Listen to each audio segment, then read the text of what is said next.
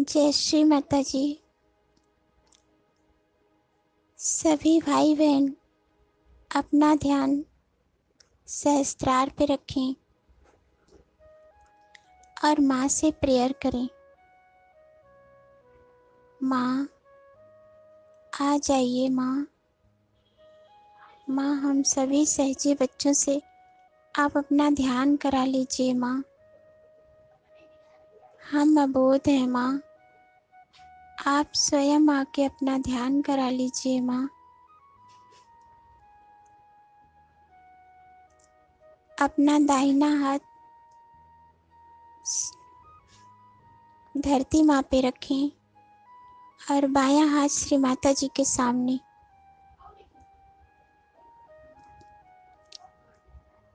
माँ से 3 बार प्रेयर करें।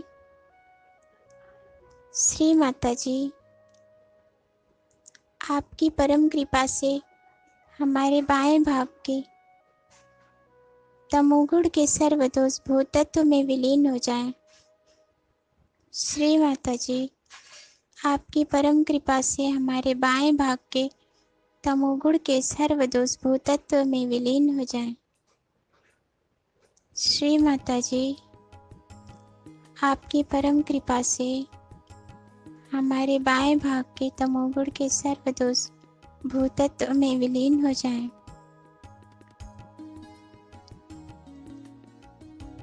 अब अपना दाहिना हाथ गोद में रखें श्री माता जी के सामने। बायां हाथ आकाश की तरफ। माँ से फिर प्रेयर करें 3 बार।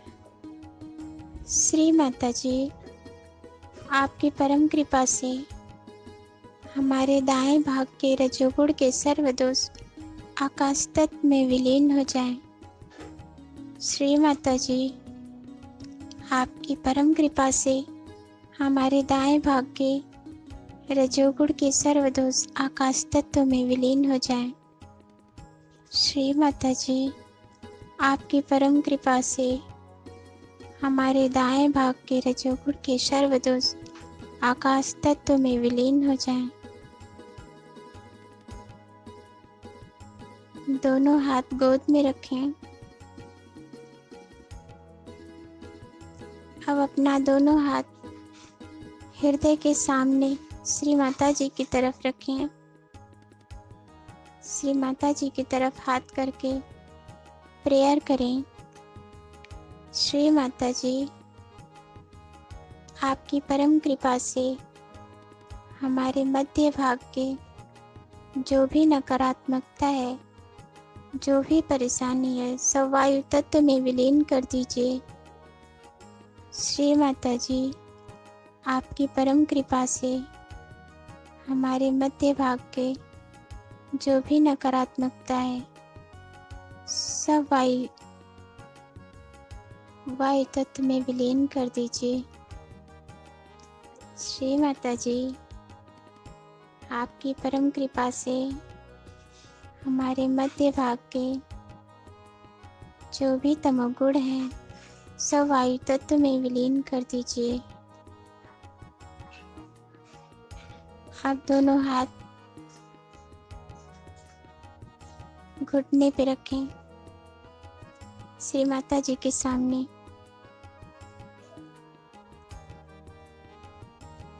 श्री माता जी ने कहा है, अपने चित्त को समेटो।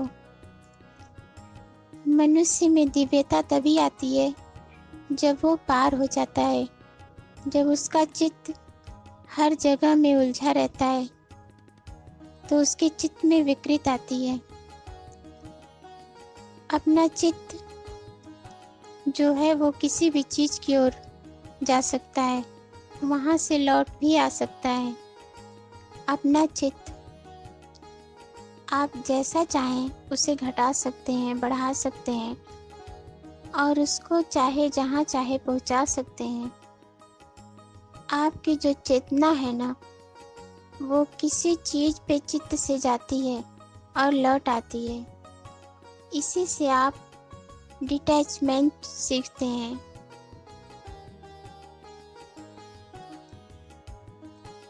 ममत्व तोड़ने का तरीका ध्यान का यही है। आप अपने चित्त को हर समय बढ़ाएं, उसका मजा देखें।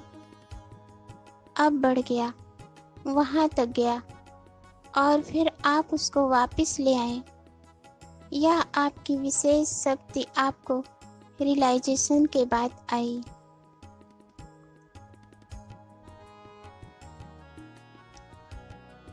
जय श्री माता जी। अब हम श्री माता जी का स्पीच सुनते हैं।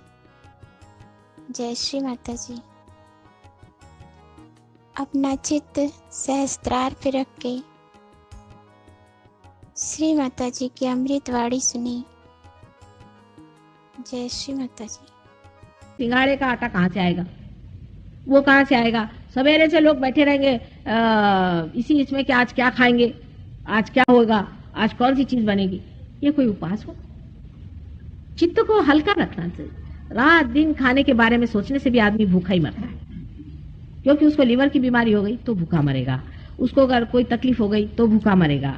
इस तरह की बहुत सी चीजें होती हैं जिससे भी आदमी को भूखा रहना पड़ता है। फिर आप काहे को जबरदस्ती भूखे रह रहे? अगर कोई शरीर में तकलीफ हो गई तो आदमी भूखा रहता है, उसके पेट में शिकायत हो गई तो भूखा रहता है। जबरदस्ती काहे को आप भूखे रहते हैं? हाँ, वेल नरिश्ड होना चाहिए, साधारण खाना चाहिए, संतुलित खाना चाहिए, पर उसके ऊपर इतना विचार करने की कोई जरूरत नहीं। सर्वसाधारण जो कुछ मिल गया उसको वाइब्रेट करके सहयोगी लोगों को खाना पीना चाहिए। इस तरह से आपकी नाभि चक्र की भी दशा जो है वो ठीक रहेगी।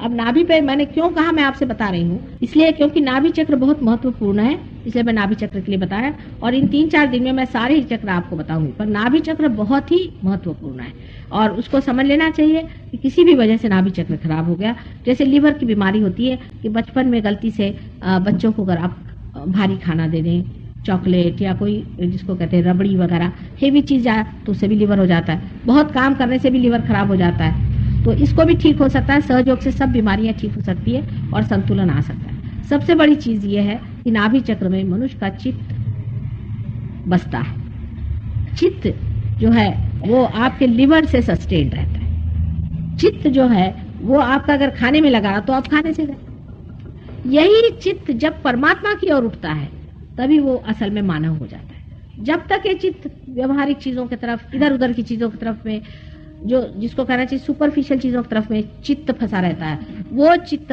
हमेशा ही ऐसा गड़बड़ डामाडोल रहता है। पर यही चित्त जब ये सोचता है कि वो परमात्मा जो चीज है वो पाने की है और बाकी सब व्यर्थ है, तभी चित्त जो है वहां से उठ करके और कुंडलिनी के ऊपर छा जाता है। और वो कुंडलिनी जब उठती है तो उसके ऊपर छाया हुआ चित्त भी ऊपर उठ करके और सर्वव्यापी शक्ति में एकाकार हो जाता है। इसीलिए नाभि चक्र का होना बहुत आवश्यक है कि अच्छा हो, जिससे आपका चित्त जो है वो संतुलित हो पूर्णतया। वहां पर एक ही भावना रहे कि हमें ये खाना भी जो है एक यज्ञ कर्म है, खा रहे हैं, लेकिन विशेषकर सबसे बड़ी चीज जो है वो हमें परमात्मा को पाना है। ये चित्त यहाँ से उठ करके जब उठता है तो अनेक चक्रों में से गुजर के और बाहर निकल जाता है। ये चित्त जब शुरू में जब जानवर होता है या कोई होता है तो वो परमात्मा की ओर नहीं उठता, मनुष्य की दशा में ही वो परमात्मा की ओर उठता है। तो जब तक आपके अंदर ये भावना बनी रहेगी कि अंत में मुझे परमात्मा को ही पाना है, आपकी नाभि चक्र बहुत संतुलन में आ जाए। वही है त्वमेकम वरेण्यम त्वमेकम शरण्यम, उसके सिवा मुझे कुछ पाने का नहीं। ऐसा ही आप नाभि चक्र पे संतुलन रखें तो आपका नाभि चक्र बहुत अच्छा रहेगा। और यही अगर हमारे देश में हो जाए तो हमारे देश का भी भविष्य बहुत उज्जवल है, क्योंकि हमारे देश का मैंने कहा बेस बहुत बड़ा है और बड़े बड़े अवतरण यही हुए। विष्णु जी के सारे ही अवतरण यहाँ हुए, विष्णु जी के सारे अवतरण नाभि चक्र पे हुए हैं। आप जानते हैं कि दशावतार जो भी हुए, बिल्कुल सही बात है। ये भी हमारे उत्थान की कथा है। जिस प्रकार एक मछली पहले उठती है, फिर मछली से जा करके मछली जब किनारे पे आ जाती है तो फिर वो कछुआ हो जाती है, रेप्टाइल्स।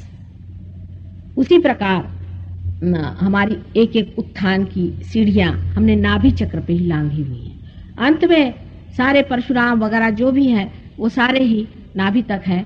सिर्फ जो उसके ऊपर का जो चक्र है जो कि यहाँ दिखाया नहीं गया है, left hand side, right hand side, right hand side में ये चक्र है जिसे कि हृदय का राइट हैंड साइड कहते हैं। वहां श्री राम का अवतरण हुआ।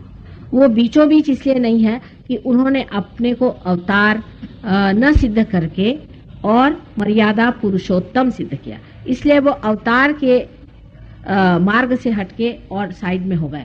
लेकिन उनका भी चक्र बहुत ही महत्वपूर्ण है। अच्छा, आपको आश्चर्य होगा, बैठिए बैठिए। फॉरेनर्स जो है वो हमसे बहुत अच्छे हैं इस मामले में। आप इन लोग से जरा बात करिए, आपको सिखाएंगे राम क्या है। ये जो पार हो गए, आपको आश्चर्य होगा कि आप लोगों में ये बात नहीं है। ये तो मैं हमेशा कहती हूँ कि जहाँ दांत है वहाँ चने नहीं, जहाँ चने हैं वहाँ दांत। इन लोग जब पार हुए हैं तो एक तो इन्होंने सब चीज छोड़ दी, दुनिया भर की फालतू की चीजें, और लग गए इसमें। और ये लोग जितने माहिर हैं, आप लोग नहीं। राम के अंग अंग ये जानते हैं और हनुमान के अंग अंग ये जानते हैं, बस लगने की बात है। ये तो किसी भी चीज को सॉर्ट आउट कर डालते। हमारे जैसे आधे अधूरे लोग नहीं है, क्योंकि हमको सब मिला हुआ है ना, तो इसका होश ही नहीं है। श्री राम क्या चीज है और श्री राम के अंग अंग क्या है, उनके क्या विशेषताएं हैं, इसकी सारी बारीक चीजें ये सीख गए। और मेरी इनके पास में इन्होंने जितने मुझसे इस पर ज्ञान प्राप्त किया है, आप समझ नहीं सकते। यहाँ तो मैं देखती हूँ कि अभी मैं प्रोग्राम कर रही हूँ, अभी सब लोग आएंगे, उसके बाद गायब, फिर कोई प्रोग्राम में आएगा ही नहीं। हालांकि इस पे हमने चार्ट्स बनवाए हैं, सब कुछ काफी सफाई से दिया हुआ है। इन लोगों ने जितनी मेहनत की है वो आप लोग नहीं कर सकते साहब। मैं एक बता दूं आपसे, ये लोगों का उतने इनकी संपदा नहीं है जैसे आपकी। पूर्व संपदा आपके पास बहुत है, लेकिन आप लोग में मेहनत नहीं है। ये तो बिल्कुल सही बात है। हिंदुस्तानी मेहनती बहुत ही कम होता है। यहाँ बैठे हुए आप पूछ लीजिए, सहयोगी बताएंगे कि इन लोग ने तो, आप सोचिए कितना रुपया खर्च करके यहाँ पर आए हुए हैं और देहातों में मेरे साथ घूम रहे हैं, सब दूर चल रहे हैं। कितने सहयोगी मेरे साथ घूम रहे हैं। लंदन से ये लोग आए और ये लोग दुनिया पार करा रहे हैं। कल वहाँ यूनिवर्सिटी में ये लोग पार करा रहे थे और वहां के जवान लड़के अभी देखिए ना, बैठे थे चले गए। इनकी गहराई नहीं है आप लोगों में, ये बात सही, लेकिन इनमें संपदा कम है आपसे। इनकी संपदा आपसे कम है। आप बहुत जल्दी भी पार हो जाते हैं और पाने पर उसको छोड़ भी देते हैं आसानी से। क्योंकि कोई चीज, जैसे कोई रईस आदमी होता है ना, तो उसके बेटे कैसे होते हैं, उस तरह के आप लोग हैं। आया, पैसा उड़ाया, काम मौज किया, काम खत्म। इन लोगों ने मेहनत से पाया है, उसकी ये महत्ता ज्यादा जानते हैं। इनको कोई प्रॉब्लम नहीं, ये तो बहुत ज्यादा हमसे होशियार है। आप इनसे बात करिए, आप अगर वैष्णव है तो सारा वैष्णव धर्म आपको ये समझा देंगे। अच्छा, इसीलिए मैंने कहा कि जो किताब हम लोग छाप रहे हैं उसको आप पढ़िए। एक फॉरेनर ने लिखा, आपकी आंखें खुल जाएंगी। सबने मिलकर मेहनत की है उसमें, लेकिन आपकी आंखें खुल जाएंगी जितने गहराई तक के पहुंचे हैं, और राम जी का कार्य और हनुमान जी का कार्य, और कितना उसको समझे हैं और कितने श्रद्धा पूर्वक हर एक चीज को समझते हैं, वो आपको अंदाज ही नहीं हो सकता। इतना ही नहीं, हमारे जो बच्चे वहां गए हुए हैं उनमें से भी 2-4 हमें मिले, वो भी ऐसे ही हो गए। कहने लगे कि जब हम प्रदेश में आए तो पता हुआ हमारी संस्कृति कितनी ऊंची है, उसकी महत्ता कितनी है, और उसके बाद हमने इसको महत्व पाया। तो इनकी बात और है, आप लोगों की बात और है। आप तो अपनी संस्कृति के बारे में कुछ जानते ही नहीं, कुछ भी नहीं जानते। क्या जानते हैं आप तो सब साहब हो गए, सिर्फ टेल कोट नहीं पहनते, बाकी सब लोग साहब हैं। साहबियत आ गई आप लोगों के अंदर में। कोई कुछ जानता ही नहीं है अपने संस्कृति के बारे में। हमारे तो एजुकेशन ही में नहीं है कि अपनी संस्कृति के बारे में बात करें। सब लोग, यहाँ तक कि एक छोटी छोटी बात नहीं पता रहती लोगों को, कुछ बात पता नहीं रहती। मुझे आश्चर्य हुआ, मैं अभी कोवलम गई थी और वहां पर वो मंगाए गए कुछ न्यूज़पेपर वाले, पता नहीं उन लोगों ने कहा है कि न्यूज़पेपर वाले आएंगे। मैंने कहा अच्छा। तो पहला उन्होंने आते कहा कि हमको एक एक विस्की की बोतल मिलेगी तो हम आएंगे। कम से कम ये लोग कभी ऐसी बात नहीं करें। मैंने कहा इन सबको खदेड़ो यहाँ से, कोई जरूरत नहीं, एक भी आदमी मुझे नहीं चाहिए, सबको यहाँ से खदेड़ो। फिर उसमें से कुछ आए बेचारे जो शरीफ थे, वो आए। आने के बाद भी वहाँ कोई श्रद्धा पूर्वक बैठे कि भाई माँ बोल रही है, कुछ बहुत अफलातून समझ के वहाँ बैठे, सब सूट बूट लगा करके गधे जैसे। कुछ मुझे उनके प्रति इतना भी नहीं लगा कि इनको कुछ समझाऊं या कुछ करूं। 10 मिनट के अंदर मैंने कहा खत्म करो इन लोगों को, बेकार के लोग हैं सारे। उसमें से एक ने तो इतनी मूर्खता करी कि मैंने उससे कहा कि तुम्हारे यहाँ पर केरला में आदि शंकराचार्य जैसे महान पुरुष हो गए। तो कहले अच्छा, हमें तो पता ही नहीं था। तो दूसरे ने कहा मुझे ये नहीं पता कि आदि शंकराचार्य कौन थे। इसमें बहुत वो अपनी शान बगार रहे थे। हम लोग को बड़ी शान लगती है कि हम अपने देश के बारे में कुछ न जाने और परदेश के बारे में हम सब कुछ जान लें। इसमें हम लोग सोचते हैं वाह वाह वाह बहुत बड़े बड़े आदमी हम हो गए। इसकी आपको पता नहीं है, ऐसे लोगों की इज्जत दुनिया में कहीं नहीं होती। इसीलिए हमारे जो हिंदुस्तानी भाई वहां पहुंचे उनकी कोई इज्जत नहीं होती। वो आपकी तब इज्जत करेंगे जब आप असली मायने में भारतीय होंगे।